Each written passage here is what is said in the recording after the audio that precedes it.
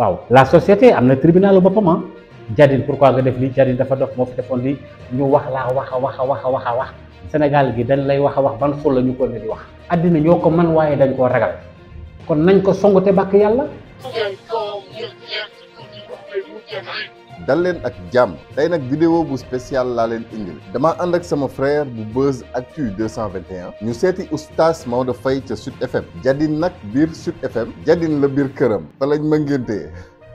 kon ñu am mbégte ak kontante dalal oustaz Maodo Faye. maa ngi lay nuyu di la sant bu baax a baax yéen waa Jadine TV et di leen ñaanal jàmm am mbégte également ci ngeen ñëw fii seet si ñu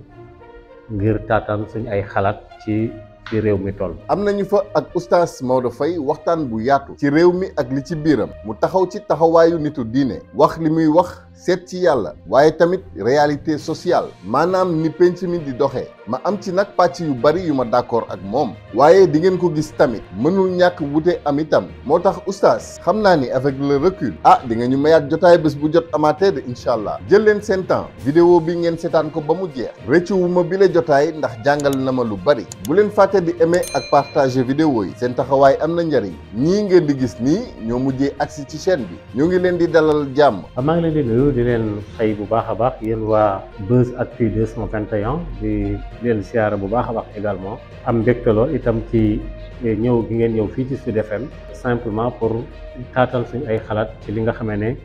moo dee xew-xewu réew mi ak fi réew mi toll ci wàllu politique wàllu économie ak yeneen i tomb incha allah jërë ngeen jëf. fi Buzz Actu 221 tàmbalee ak oustaz mooy le silence des kilifa diine maanaam noppi ak pataaral bi askan bi di jooy ci kilifa diine yi ak lépp li xew ci réew mi te ñoom ñu war cee taxawaayu régulateurs sociaux maanaam bu doon daay balaa lakk ñoom ñu war a fay bu nee jëppee tamit ñoom ñu war a fay balaa ate di am ñoom ñu war a artu. waaw bu fekkente ne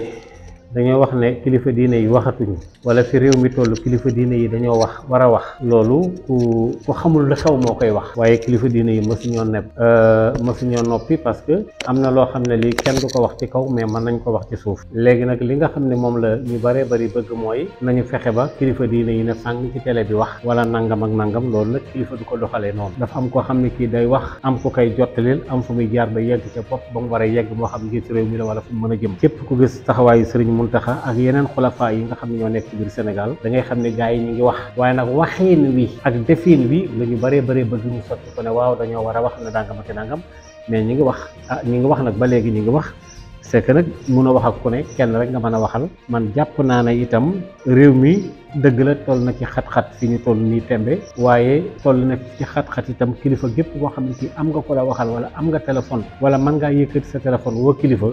nga wax ak moom ngeen di lijjanti ba noppi ba loola sedd jàmm nag bay dafa naa ne loolu moo ëpp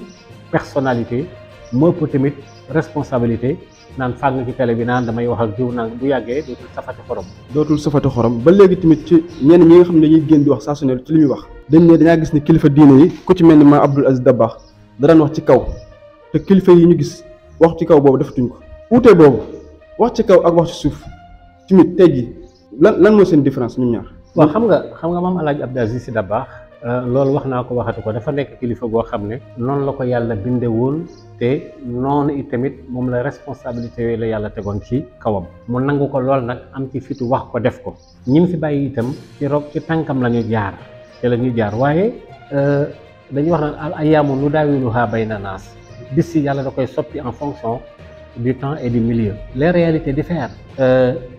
jamono yii nga xam ne ci les réseaux sociaux yi tàmbali am nit ñi yeneen i kàddu yu jóg ak yu demee noonu am na ñoo xam ne nii fii nu toll nii tembe la waaje na woon tey yonent bi sax boo defu ndànk bu ñëwoon yàlla ñu ko yàlla jéggal bu ñëwoon sax boo defu ndànk dana am ñu ko dingat ci bañ ko jamono day toll foo xam ne fii la mu laaj mooy lii kat demeetul nii naa doxalee nii jamono yooyu moom El Hadj Abdoul Aziz Sy nekkee ci àddina am na yeneen chef d'état yu fi nekkoon am na yeneen alaaxaar yu doxoon seen ay relation kon nag loola buñ ko màndaxleeg jamono ji dana am tuuti wuute waaye Dabakh moom dafa amoon ay xususiyaat ay jagle yu ko yàlla defaloon suñu borom ñii fi nekk itam man jàpp xam nga boo même ci turu yàlla yi sax da ngay gis almutakallimu kon day mel ne yàlla ba léegi mi ngi wax mooy aji wax ji kon ba léegi mi ngi wax mais nag wax ca kaw wax ci suuf amul différence nit ñi li ñu bëgg mooy gis jëmm ji mu wax te ñoom sax da waxin bi ñu bëgg mooy nit génn waxtaan ne nangam ak nangam du fi amee lii dafa déedéet loolu day taalum réew kilifa du ko def soo amee njaboot dañuy toog sa ginnaaw am ci ñoo xam ni ay politiciens lañ am na ci ñoo xam ni duñ politique te ñëpp bokkuñu parti bu ñu bokk yëpp nga bokk njaboot te ñëpp su demee ba nga xamee ne am na ay yëngu-yëngu yi am nga woo kilifa gi nga xam ne moo yore doole ji nga wax ak moom léegi nag il appartient à cette autorité là est-ce que moom liñ ko wax dina ko def wala du ko def wala niñ ko bëgg dana ko ni doxale ni loolu la waaye man jàpp naa ni xalifa yi ba léegi ñu ngi wax waaye façon bi nit ñi bëgg nag ñu waxee ko loolu sax bi yàlla di yónni yonent bi waxewu ko waxeel noonu dana ko waxal ndànk woo leen ci xikma dafa leen nii defal ndànk et cetera waaye nag même Mame El Hadji Abdou Aziz Sy bi mu doon génn di wax daf ci boole woon philosophie boole woon ci tarbiya boole bu yar ak yar maanaam ci bu nekkoon ci moom waaye ñii fi nekk itam liñ mën ci jamono mooy wax ak kilifa gi waaye nag bokkul ci responsabilité kilifa jamono bu nekk nga génn dingat wala war na def lii nangam ak nangam loolu xale yee ko moom waaye kilifa yi moomuñu ko. xale yee ko moom waaye kilifa yi moomuñu ko mu nekk kàddu gi nga xam ni am na solo lool kon daanaka daal dafa mel ni jàpp nga ni kilifa yi ñu ngi wax waaye wax ci kaw ak wax ci suuf daanaka lépp daal wax gi am njariñ mais ki ñuy waxal mu nekk. voilà l'essentiel mooy ki ñuy waxal. mu jox gëdd ki ñuy waxal mooy kan ak ki wax ak moom mooy kan ak bu noppee itam ndax dana respecté li ñu ko wax waaw wala déet léegi nag ki nekk ci touche bi te yëgul waxtaan woowu su ko neexee mu ne kilifa gi waxul waaye mën naa am sax kilifa ga wax na dañ koo tontu wala kilifa ga wax na la mu bëggoon 100% ak 5% lañ ko ca may yooyu nag fokk ñu bàyyi ko xel waaye nag nett li géntu jàmbur foofu la problème bi nekk képp ku ne la kilifa yi waxuñu jox ko kaamil na ko waat ko ba xam kilifa yaa ngi wax déet du ko waat du ko mën a waat parce que wóoru ko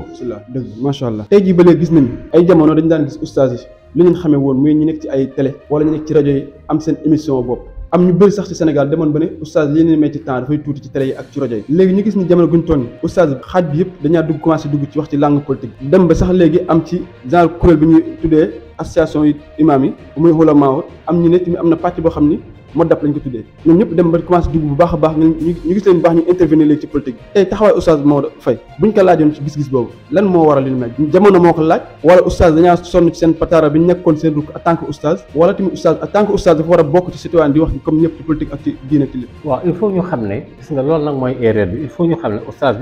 oustaz bi jàngalekatu alquran bi sëriñu daara bi comme ni ñu koy waxee maître coranique bi te nekk ci école ba di jàngale oustaz bi ñoo yem c'est des citoyens ñoo yem même ki signé carte d'identité premier ministre bi moo signé carte d'identité oustaz bi ñoom ñëpp ay citoyens lañ amul benn oustaz bu ñu taree na ko bul def politique oustaz bu ne am nga sañ-sañu former sa mbooloo def politique oustaz judd nga lu yàgg te nekkuloo ko baat la bu ñu attribuer nit ki mooy ku oustaz mooy jàngalekat rek ki jàng ba am lu mu mën a jàngal keneen mu jàngalekat mi ngi mel tey nga ne ma enseignant yi ni leen xamee woon mooy jàngale nangam léegi nag enseignant yi ñoom ñëpp dañuy wax ci wàllu politique am nañ ci droit comme ni ci oustaz bi amee droit yi tamit maanaam kenn li bon rek mooy nga fab ca loola ngay def ci wàllu politique nga dëxëñ ca loo xam ne lii dëppawul ak li nga xam ne moo di jàngale parce que nag attention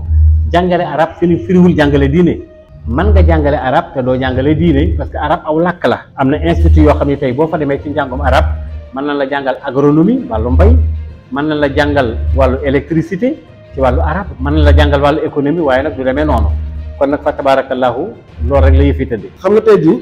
dañuy gis ni ñu bëri na ñëw sëñ si dañuy noppi dañaa noppi ñu gis ni tout récemment doom suñu Abdou bi nga xam ne génn na wax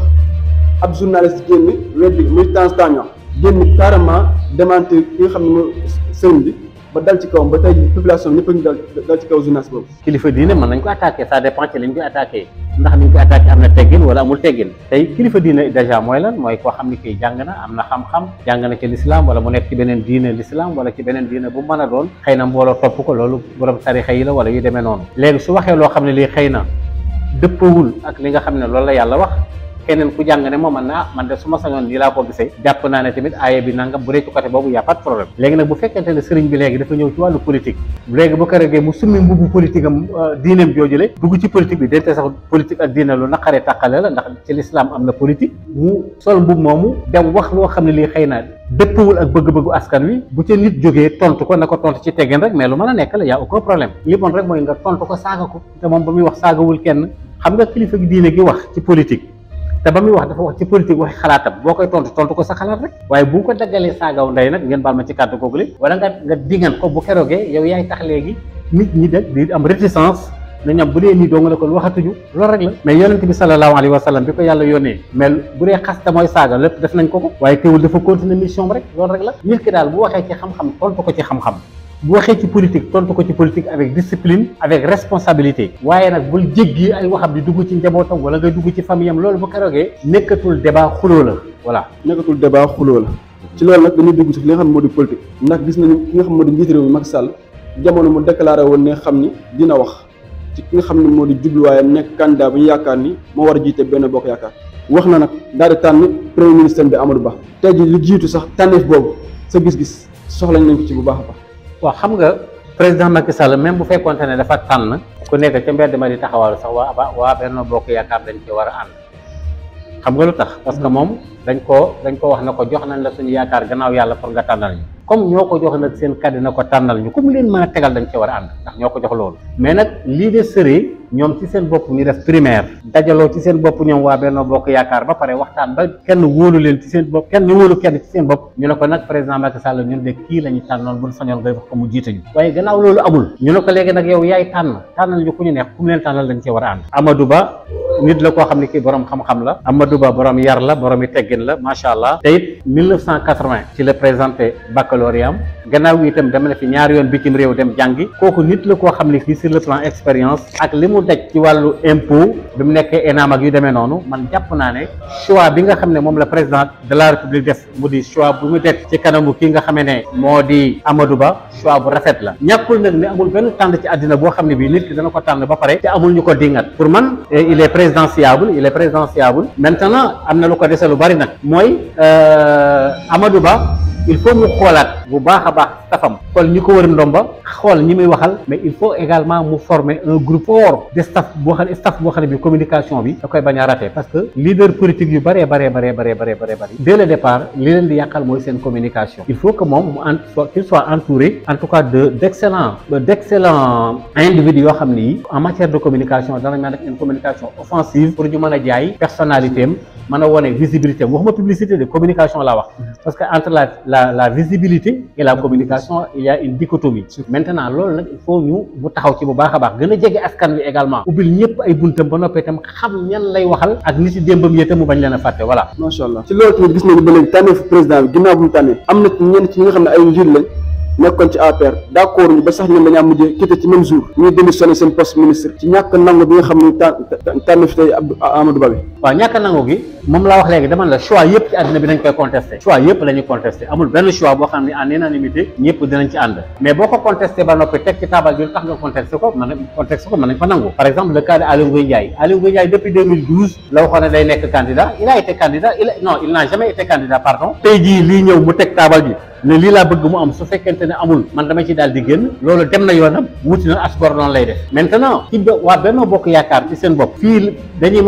mën a baaxee fii la ñuy mën a yàqulee te man sax jàpp naa ne boo defu ndànk dañuy gën a tasaaroo maintenant il appartient maintenant à Amadou Ba mu xool kenn ku nekk nan lay sole daalam bañ a rëy mu summi bu mu rëyam summi ko teg ko ci suuf kenn ku nekk mu dem wax ak yow ba noppi itam mu xam ne liñ ko teg ci ndoddam du lu tuuti am réew lañ ko fas yéenee dénk fukki doomu aadama rek boo leen yoree tey am nga problème waxatuma la lu toll ni am réew maintenant moralement intellectuellement physiquement yooyu yëpp il faut mu entraîné wu ci ba nga xam ne tey ji lu bare du ko yëngal waaye kër gii mu jëm ëtt bii mu jëm bu ragalee du dem kon nag il faut mu ànd ak ñu ko wër ndomba ci côté boobu la pour mën ko accompagner ba loolu mu jot ci mais naturellement ku def il faut mu ñu nangu ñeen bañ a nangu parce que politique moo demee noonu mais Benno Bokk Yaakaar moom tàqaliko la gën a jege àndandoo tàqaliko bi effectivement moo gën a jege parce que ñu bari nag ñu ngi def déclaration naan wax ànd nañ ci président Macky Sall la ñuy wax ànd nañ ci am nañ ci droit mais ñu bari nag dañoo ragal a féddi géew comme ni ko Aly Ngouille Ndiaye defee mais am na ñoo xam ni ay candidat lañ woon ku mel ne Daouda Diallo potentiel candidat la woon man mi yaakaaroon naan sax président Macky Sall moom lay jël mais Amadou Ba n'est pas mal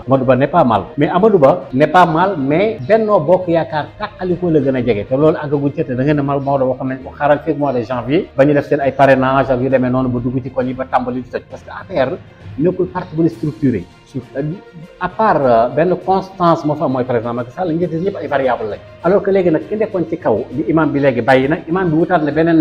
naib bi remplacé ko Amadou Ba moomu nag la ay bokkam war a waxal waxuma bokki politique bi bokkam yi nga xam ne professionnellement dañ ko jege bañ a xeeb kenn teggi tànkam xool fi président Macky Sall tegoon tànkam bu dee sur le plan programme PSE lam ca man mu def ko mais nag mënut fa bopp Macky Sall nag teg ko ci boppam maanaam bopp Macky Sall mënu koo saxal ci bopp idée yi mu yore mu exploité ko avec son groupe su ko defee tam mu boole ci fit ndax am réew fit moo koy yore ak gëm yàlla ak i teggin ak discipline gis naa ci moom yar gis naa ci moom ay teggin te gis naa ne tamit nit ku bëgg nit la naturellement il faut mu am ñu ko waxal c'est-à-dire que Amadou Ba il faut mu am mu jiitu nit ñi ci moyen de communication support yi nga xamee ne danañ mën a tax comme ni ma ko waxee léegi image am ak yaakaaram bañ a yàqeeku parce que nag attention am na nu muy raté communication à la base nit ñi dañ koy gaaw a yàbbi wala boog dañ koy gaaw a weddi boog tabarakallah. waaw parce que moom boo xool ni macha allah am na capacité tey jii ak profil nekk njiit waaye dafa mel ni saay-saay politique daf ko dese que par rapport yeneen ñi nga gis comme Abdoulaye Diouf Sarr comme Boun Abdallah Dionne comme Abdoulaye Daouda Diallo ni ñu amee saay-saay politique moom Amadou Ba profil dafa des daal ci côté boobu. waaw c'est vrai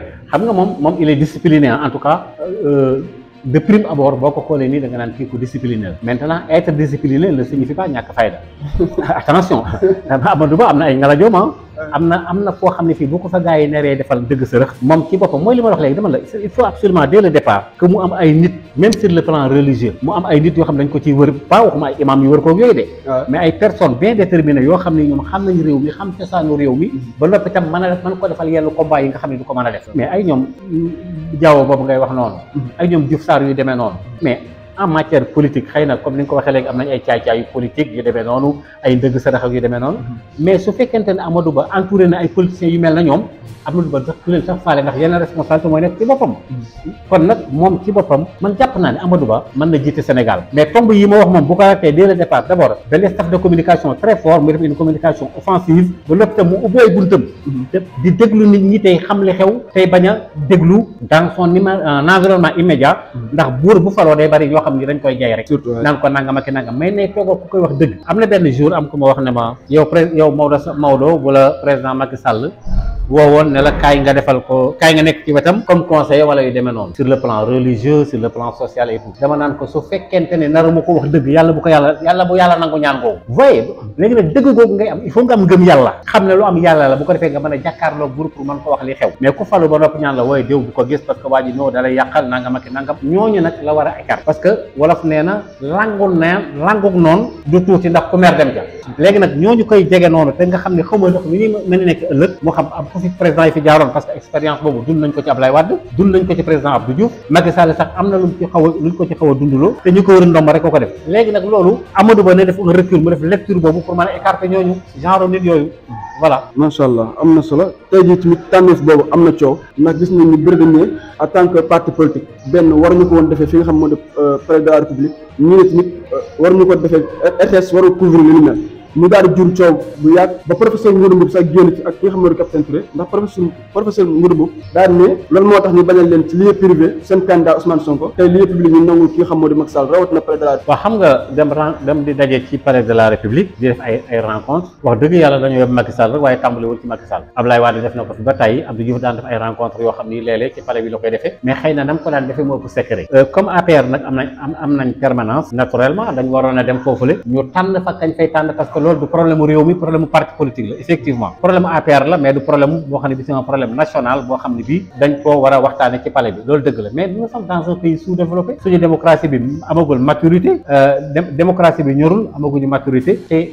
watit la Macky Sall li mu fi fekk da koo doxal te loolu sax mën na ko éviter dem ci permanence bi avec la sécurité ñu taxaw foofu la defee ko foofu la malheureusement defuñu la RTS loolu ñu def tamit jàpp naa ne man RTS rajo publique la yéen sax même rajo privé yi sax dañu waroon a dem xëy na kenn invité wu leen mais dans un pays normal ñoom ñëpp fa waroon a teew. surtout bi ñu agsee fii nag ci waxtaan bi Buzz Actu 221 indi sujet bu sensible la patate chaude Ousmane Sonko intervention oustaz gën maa leeralal lu bari ba ci ni réew mi di gisee am na ci ay points yu ma d'accordul ak moom nag waaye dinañ ci ñëw bu soobee yàlla. voilà xam nga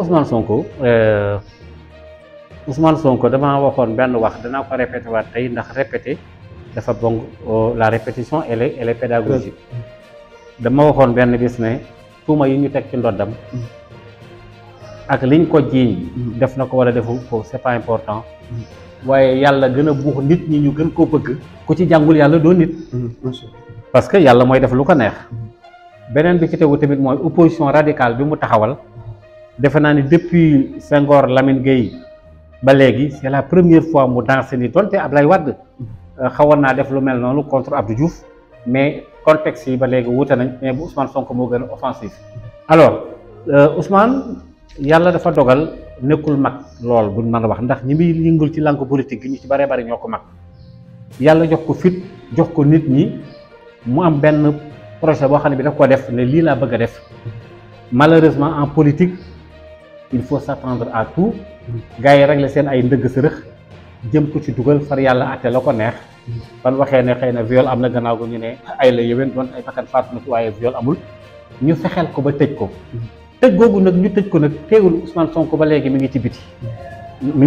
parce que ba léegi mi ngi ci xolu xale yi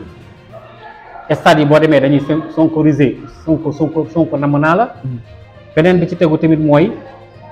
Sonko su bokkee ci élection yi dana ci bokk su ci bokkul dana ci bokk mooy lan mooy su bokkul ci élection yi en tant que candidat physique de battre campagne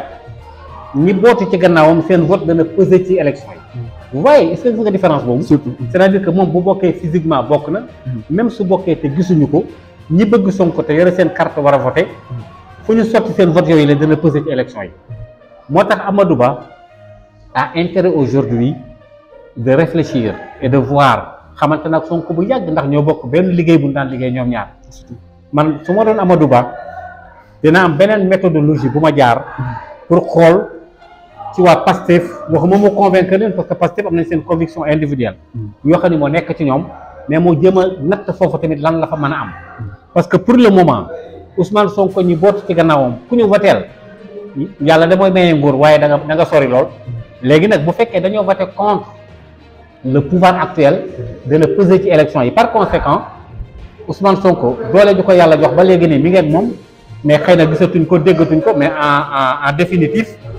fokk ñu bàyyi ko xel parce que ay nitam ñu ngi ci terrain bi ba léegi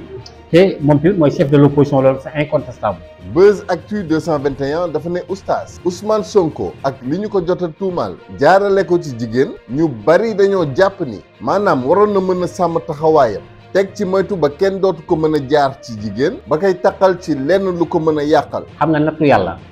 yàlla bu lay teg nattu fam lay tega nattu du xool jigéen la wala góor bi loolu du problème mu nit li mais du problème yàlla te tamit lii dal nit ki mënu ko prévoir te problème mu jigéen boobu ñuy wax ci Sonko su fekkente ne noonu la demee parce que yoon nee na demewul noonu viol bi ñu doon wax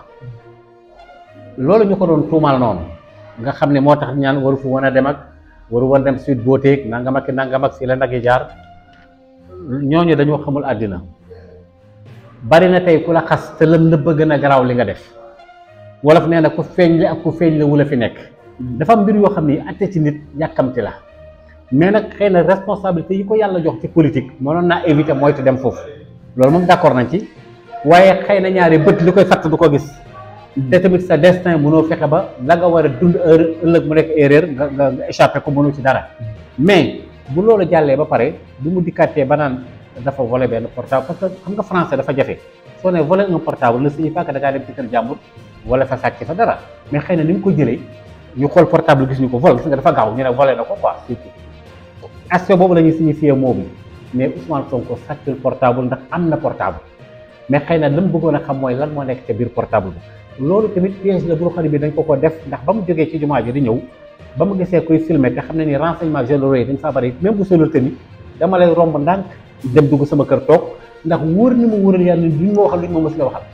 duñ ma jénjate luñ ma jiñul woon duñ ma def luñ ma deful woon dama lay romb ndànk dem toog sama kër toog mais nag même loolu boo ko Ousmane Sonko defoon ne du tee ñu jàpp ko parce que gars yi seen yéene moo doon ñu arrêté ko mais arrêté Ousmane Sonko ne signifie pas que Ousmane Sonko du peser ci élection yi c'est ça la vérité arrêté nañ ko mais jusque là il est là avec son mouvement même Pastef bii nga xam ne nee nañ dindi nañ ko ok mais beneen président bu ñëwee politiquement juridiquement mën nañ ko rétablir at voilà. ndax njott nga tey jii même Pastef tëj nañ ko yàq nañ ko am nga yaakaar ni war na mun a dem tey jii ak Ousmane Sonko ou soit comme plan B même bu ñu Ousmane Sonko. non Ousmane Sonko moom su fekkente ne Pastef dindi nañ ko nii nga xam ne noonu lañ ko dindee ba léegi nañ wut plan B kese moo leen ci mën a dindi génnee tey tamit bu leen neexee ñu bañ a tudd Pastef créer mouvement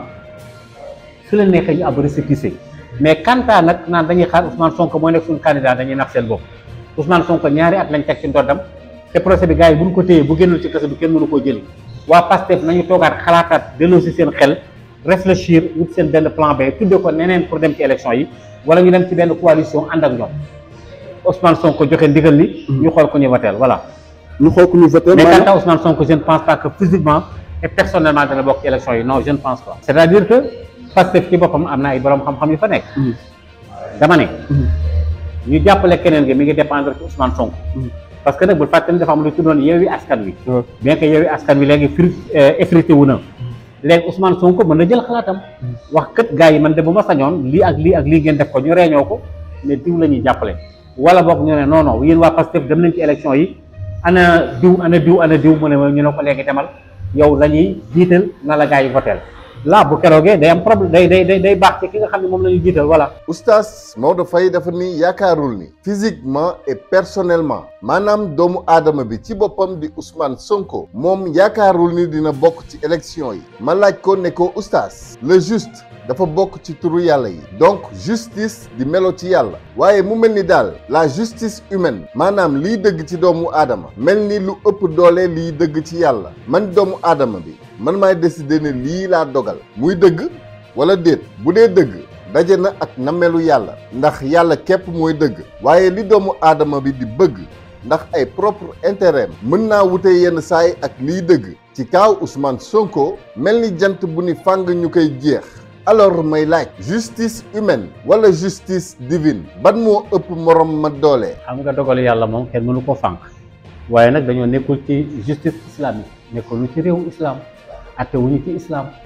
kon léegi nañ teg ne l'islam moom ndax buñ ko ci boole gars yi nag dañoo moos buñ bëggee takkal sëriñ si rek daal ne waaw réew moo xam ne nii 95% nous sommes dans un pays laïque c'est la laïcité aujourd'hui qui règne dans ce pays là régime boobu lañ am parce que laïcité en définitive c'est quoi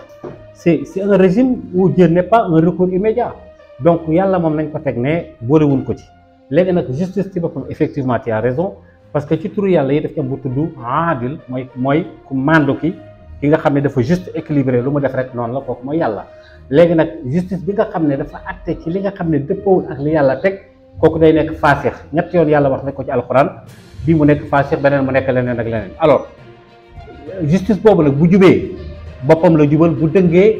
boppam la dëngal waaye mënta yàq justice yàlla ndax kenn ku nekk boo tëddee ba guddi sa conscience dina wax ak yow ba xam est-ce que li nga àtte dëgg la wala du déet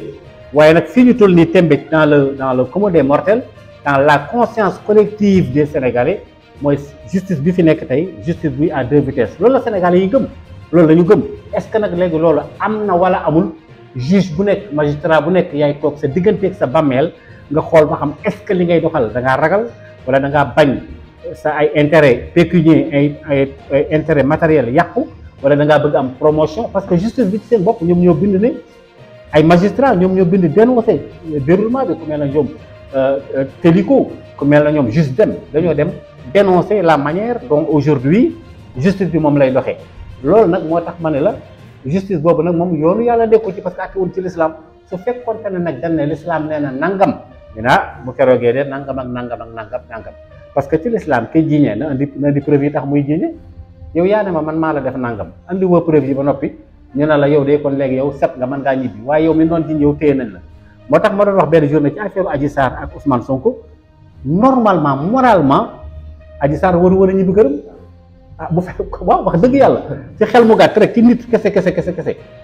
ñaari at yàlla nga téye ko ay doomu aadama ne dañ maa violé ba mu yàgg nga ni damaa ëmb ñu ne déete waaye ay doomu aadama faatu ay marche am ci ñu rayante ay nit dee ñu dem ba ca njobaxtan la ñu ne ay la yéwén aw ay nag du yéwén dañ koy yéwénal rek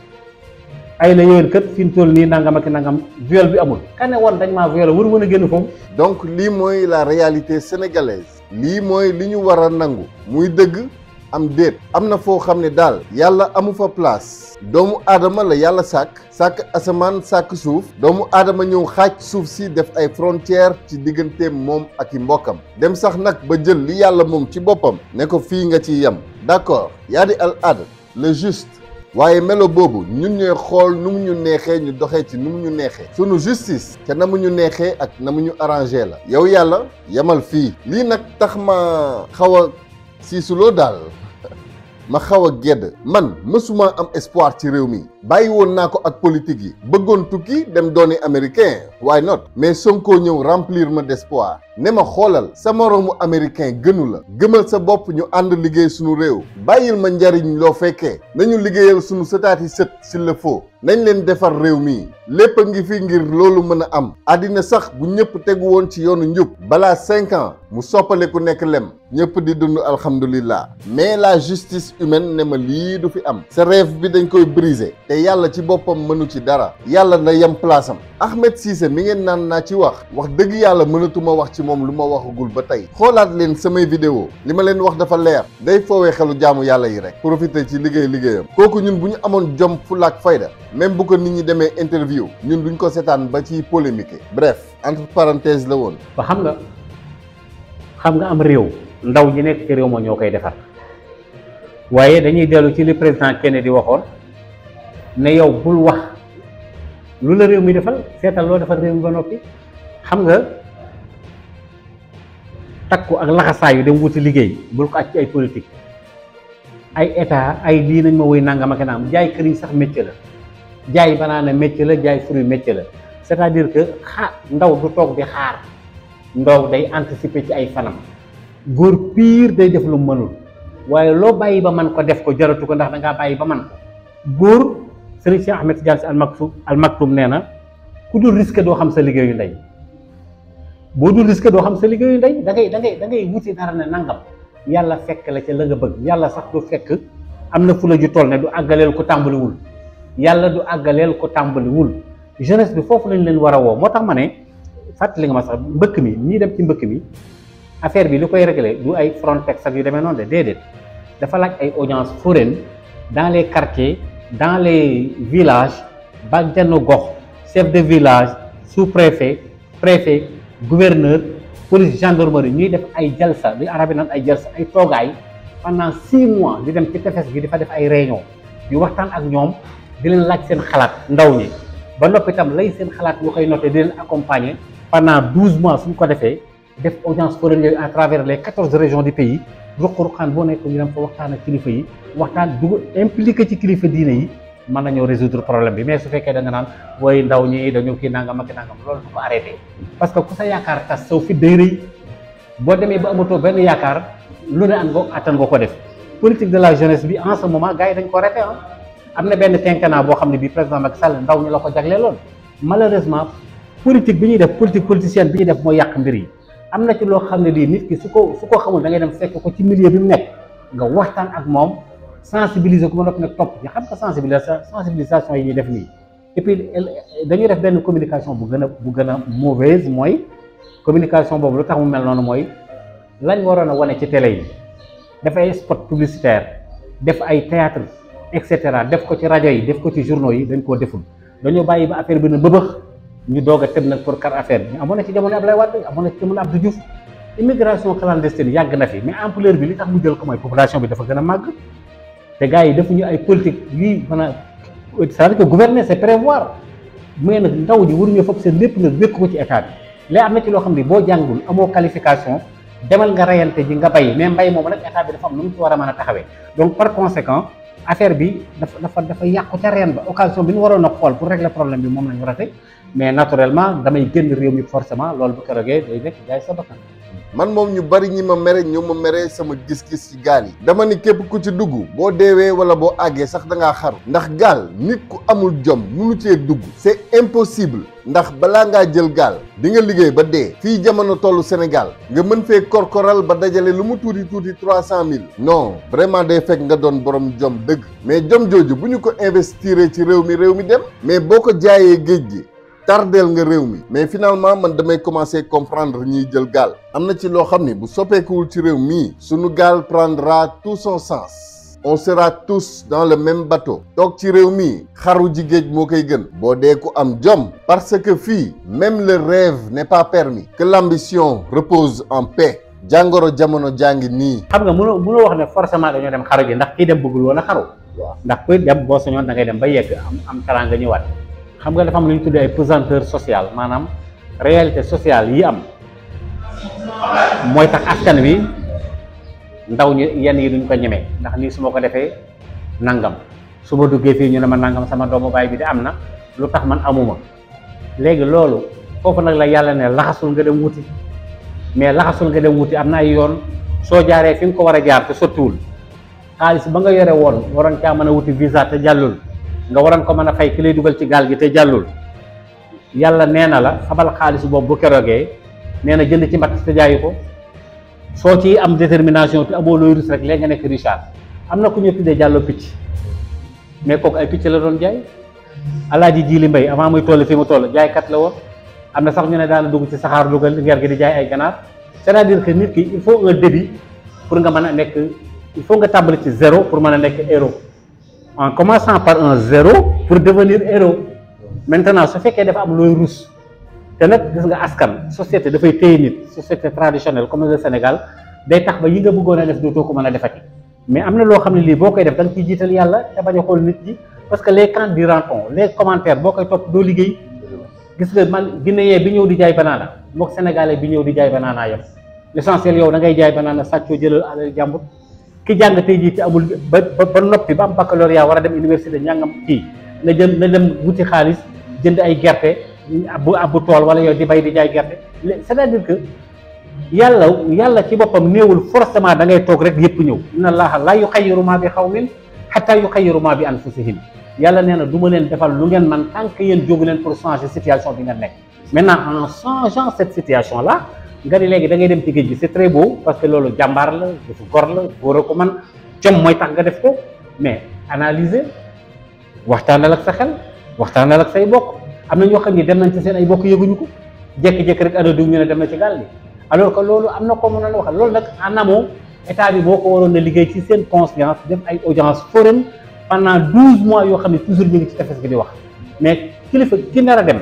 te bés bu nekk mu gis kilifaam mu wax ak moom léegi mu bàyyi. man daal dama sentir cassure bu mag nag diggante diine ak jamono. lii laa wax oustaz Maodo Faye ndax am na foo xam ne dañuy naan déet nañu teg yàlla ne te déglu doomu aadama yi, waaye fii tey ndaw di taxaw bëgg a kaas ay droit wam nga gis yàlla teewaat ñu ni la ndogal wala yu ni mel mu ñël quoi dëkkil xaar yàlla. fan la ñu mën a amaatee ndaje boobu ci diggante diine ak jamono, maanaam rencontre jubóole yàlla ak doomu aadama yi ba tax au moins quand on parle de justice ñu xam ni ki nga xam ni justice boobu tur la ci moom, melo la ci moom, ñu bàyyi ko dëgg-dëgg ak jëmm jooju. justice humaine di sukkandiku ci justice divine, lépp rek tegu ci kaw dëggu seede bu gën bi ashahid alhaq. waaw diine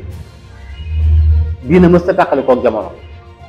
jamono tamit mës ta tàqalikook diine. maintenant ça dépend ci li ñu tuddee diine ak jamono, waaye ñoom ñaar moom naka jekk, parce que bu fi jamono nekkul diine du fi nekk, bu fi diine nekkee tamit te jamono nekku fi dara du am. ñoom ñaar ñoo ànd dañuy def lu ñu tuddee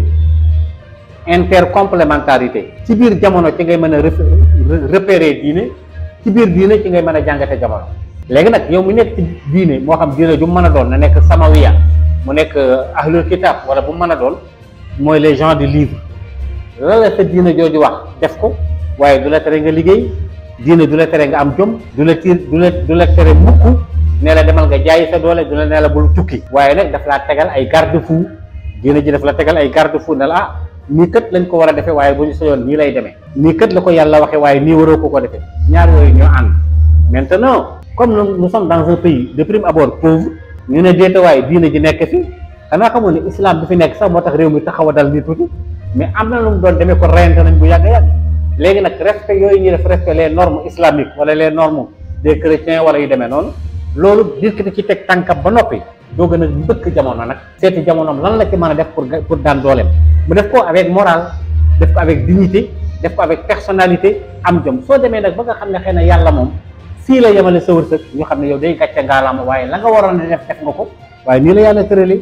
say bokk jàppale la. tubaab bi dafa ni la religion est l'opium du peuple. exemple bu concret saa yu nature doomu aadama yeewoo, pas la nature animale nag mais sa vraie nature divine, quand il a soif de justice melo yàlla boobu dañ koy naan non tegal yàlla fële. bref, mais quand sa nature animale s'exprime, lu ci mel ni taal, yàq ba ci rayante, laa diina ñëwaat ne la non xam nga nit da ngay gëm yàlla nangu ndogal vraiment mëqal te ne mut quoi. système capitaliste ci boppam du lu normal. xaalis du yàlla mais tey tout tourne autour de xaalis. cër bi ñu ko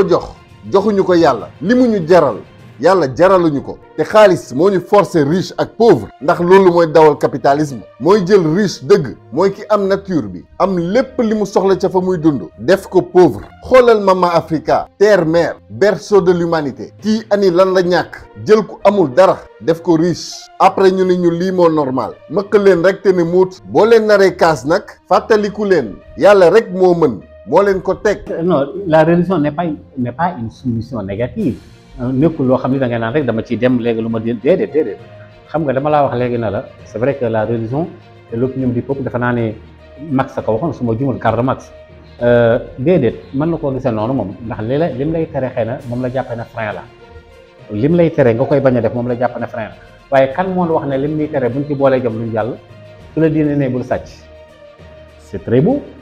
su la diine naa bul fen bul jaxasoo jigéen joo xam ne du sa jabar yooyu yëpp bu la ko diine tere ba noppi daan la nag demal liggéey demal nga daan sa doole sàkk lu lew donc kon d'une façon équitable l'islam diine mi ngi lay équilibré mais diine lam lay tere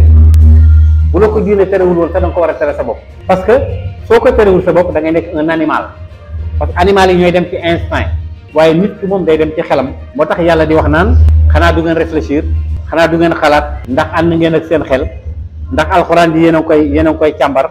est-ce que xool ngeen dem na sax ba mu yàgg mu ne ci seen bopp rek bu ngeen xoolee ci seen bopp rek da ngeen may daal di gëm ba mu yàgg mu ne danaa leen woon ay misaal yu dul jeex misaal yi bu ngeen ko toppee nangam donc loolu mooy une religion comme religion islamique mais diine terewul a liggéey terewul a nga jëngu terewul a nga dem armée terewul a nga def politique mais ñi di Sénégal ñu koy jiite ay jullit lañ pourtant ci benn diine lañ bokk même bu fekkee seen jàng xaw naa taq suuf tuuti mais ay jullit lañ donc kon l'islam du freiner kenn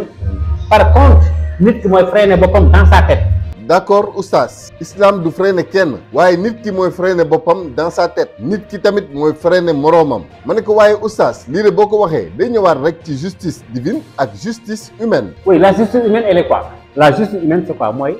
par exemple la waaje waxoon ne xaw ma Sartre moo ko waxoon xaw ma ne société bi mooy def ci nit ki di def ci nit ki ba nga xam ne dootul mënati lu baree bari c'est-à-dire que dañoo benn frein. L'homme est né bon mais c'est la société qui le transforme tamit loolu Rousseau boo ko waxoon mais société boo ko toppee dootoo topp yàlla ñaar yooyu rek fi mën a ne te boo toppee yàlla da nga am société bi positivement te da nga am diine te da nga am jamono alors que boo ko toppul nag léegi daal ne justice humaine bi waaw su ma defi parce que nit ñi dañ lay àtte tribunaux yi ni mu amee noonu la société bi amee tribunal waaw la société am na tribunal boppam Jadine pourquoi nga def lii Jadine dafa dof moo fi defoon lii ñu wax laa wax a wax Sénégal gi dañ lay wax a wax ban sol la ñu ko ne di wax moo tax réew mi la kilifa ko waxoon ne bu kenn ne rayuma nit te demoo ba ca yàlla ba pare ndax am na loo xam lii ku ko teg ci ndodd nit ba mbedd mi mënatu fee jaar boo ko yëgee boo ko yëgul rey nga nit da nga ko jëmul paaka rek mais rey na nit làmmiñ paaka la buy rey nit léegi nag yooyu soo ko ragalee dootoo demati parce que da nga naan justice boobu dal na ci sama kaw léegi nag da nga fay teg ci justice boobu laxasaa yi ba noppi jiital yàlla daal di nag mbëkk nag wuti jamono parce que boroom xam-xam ba dafa wax ne àddina ñoo ko man waaye dañ koo ragal kon nañ ko songu te bàkk yàlla ci surtout te loolu joma koy joxe. waaw oustaz su ko defee comme xam ne ñu ngi jégalu bu baax ci temps bi ñu jël ndax temps dafa cher. yàppaat si te yéen macha allah waaye kat dañ lay bàyyi di la sant bu baax a baax di la gërëm bu baax bu amul àpp nag waaye di la bàyyi tamit sa dernier mot bi nga xam ni message lay doon. waaw man de li may wax rek mooy yàlla na def Sénégal yàlla na fi yàlla def jàmm. yàlla na yàlla tàppee xol yi ni ko sama sëriñ ba daan waxee maam El Hadj Abdou Aziz Sy Dabakh mais également nit ñi nañu am jom nit ñi nañu muñ nit ñi nañoo nangoo daan seen doole Sénégalais yi dañuy yàq ci temps ci wax buñ ko liggéeyoon am dara dañuy yàq ci temps ci portable yi buñ ko liggéeyoon am dara da ngay ku nekk ci portable soo ba ngoon nga mën a bàyyi portable am na ñoo xam ne léegi dafa mel ne portable bu mooy seen malaaka mooy seen dund mooy seen lépp te loolu du àddina bi ci tegu dañuy jëm ci ay échéance muy élection yi ñu jëm et ça c'est important il faut ngeen jàllale ko échéance yooyu buñ ca jëmee nañ xam ne malgré tout ak lu mën a am yàlla nekk ci kanam beneen bi ci tegu mooy kii ñu tànn ndax li muy lu bees moo tax ma ciy wax muy Amadou Ba mii ñi ko mën a jàppale nañ ko jàppale ñi ko mën a liggéeyal nañ ko liggéeyal teñ may ko péexam am ci moom yërmande parce que kilifa da ngay am ci moom yërmande pour jàppale ko beneen bi ci tegu tam man jàpp naa nit ku baax la jàpp naa ne itam mësuma koo gis nag Sénégal nag boo waxee ci nit ñu ne da ngay surtout ça waaw surtout ça man mësuma gis Amadou Ba mësuñoo bokk benn jotaay xawma ko xamuma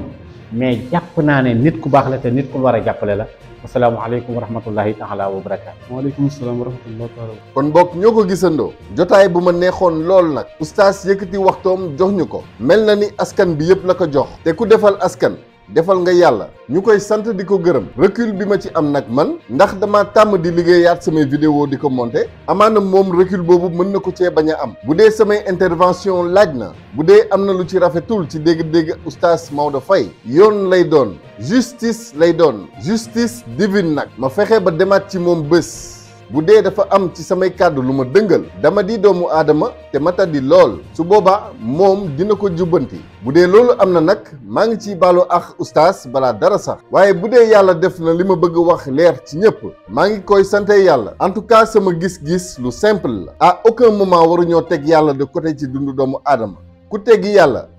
daa fekk nga bëgg teg leneen ku teg leneen lu dul yàlla nag